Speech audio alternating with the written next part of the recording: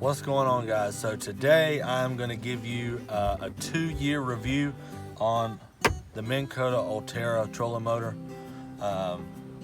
It's been a good one so far. It's worked pretty good, and I want to give you some of my pros and cons, some issues we've had with it, and kind of what we've done to fix those.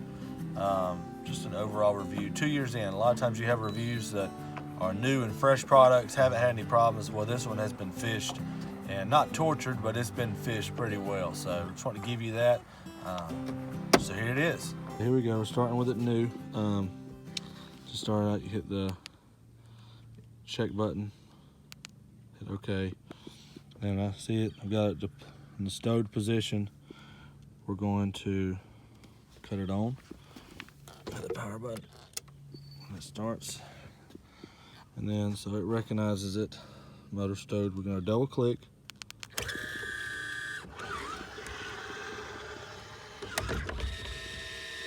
And this is the 72-inch shaft, 112-pound thrust. So I've had it in my shop, so I'm gonna hit trim and go down, just keep holding it down as it falls. So, and then we're gonna close, and then we'll just turn it to the left some. Motor, just start it going a little bit. So again, I've got it on a Sea Hunt 23-foot Ultra, and we grouper fish, flounder fish. We do a lot on it. My crew back there in the back today, enjoying a nice sunny December day. The only issue that we've had with this motor was the trim module, which is this section right here, which is what picks the motor up and down. It's belt driven, and it actually failed on us twice. The first time was still under warranty within the first year, and we were fishing in the Chesapeake Bay, and it wouldn't come up. It wouldn't do anything. So Minn Kota's got it where you can just pull this little latch, pull it out, and actually stow the motor. And that worked fine for what we were doing.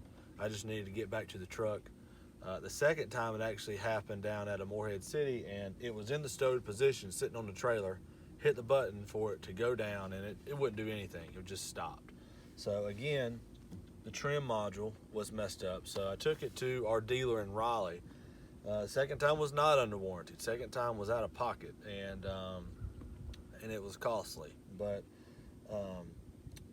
the technician, the guy, the Minn Kota rep, actually told us to try and stow it in the upright position, because what happens is water gets in this trim module, the trim motor, and it holds water in it. So, there's not a whole lot you can do to get it out other than just leave it in the upright position. So that's why whenever I just initially deployed it in front of you guys, it was all the way up, because when it sits in our shop, it sits all the way up so everything can drain out. So that's only been done a couple months.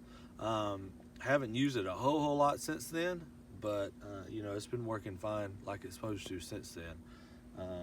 Again, the 72-inch shaft on this boat does fine.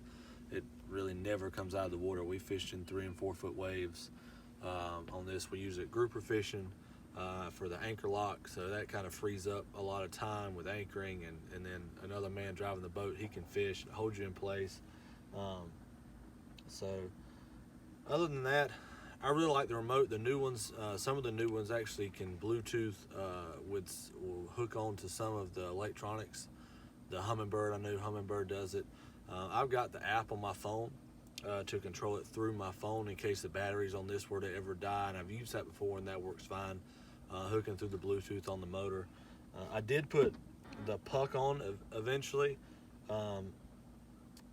I personally, fishing out in the ocean, have never seen where that made a huge difference. But I guess if you're fishing brush piles for crappie and stuff like that, when you have to be within 5 or 10 feet, that it would make a pretty good difference. But one thing that I wanted to tell you guys also is the repair that it costs for the trim motor. It's about $500. I said it was costly before, but it's it can add up for a trolling motor that's expensive anyway. Another $500 repair, like 13 months after you buy it, it can get a little costly, and a lot of people wouldn't want to do that. So again, the Minn Kota guy also said that it was kind of a big problem with just the saltwater engines, that they weren't really seeing a lot of them with the freshwater. So that's one thing that for you freshwater guys that want them, they really don't have any problems out of those. So. All right, guys, so now we're just going to stow the motor, and you're just going to go under here where it says stow, hit this button one time, and watch it do all the work.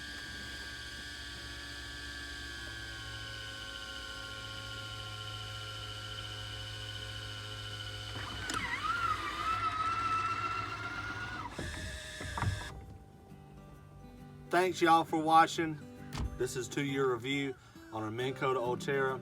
If you have any questions, comments, concerns, leave me a comment below, and I hope this helps you make an informed decision, whether you have one, buying one, looking at one. I hope it helps you. Y'all have a good one.